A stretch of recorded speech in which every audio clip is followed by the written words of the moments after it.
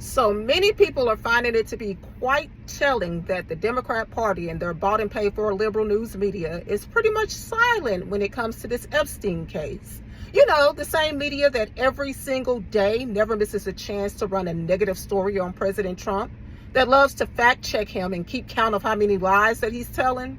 This same media is quiet. I mean, this would be a perfect time to jump in and run a negative story on Trump now that you have a lot of his supporters that are upset about him not keeping one of the promises that he made. But for some reason, they are quiet. So last weekend, the 4th of July weekend, when many people were celebrating Independence Day and watching fireworks, the Department of Justice and FBI decided to come out late at night and announce that they were closing the Epstein case due to not finding any evidence of a clients list.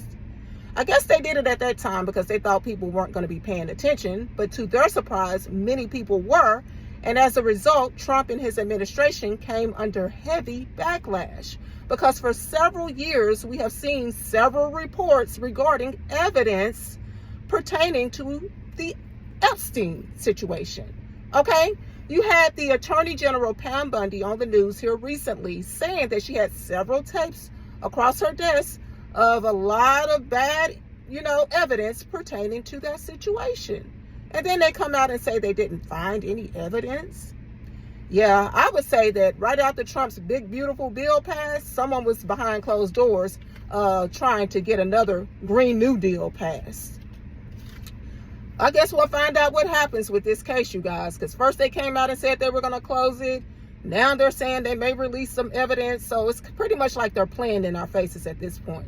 And I just learned that the Deputy Director of the FBI, Dan Bongino, just had a fallout with the Attorney General, Pam Bundy, regarding the handling of this situation and that he may be on his way out the door.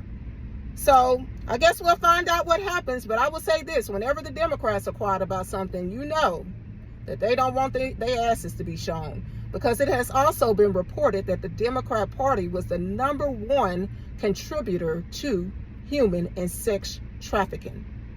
Maybe that's why they're quiet.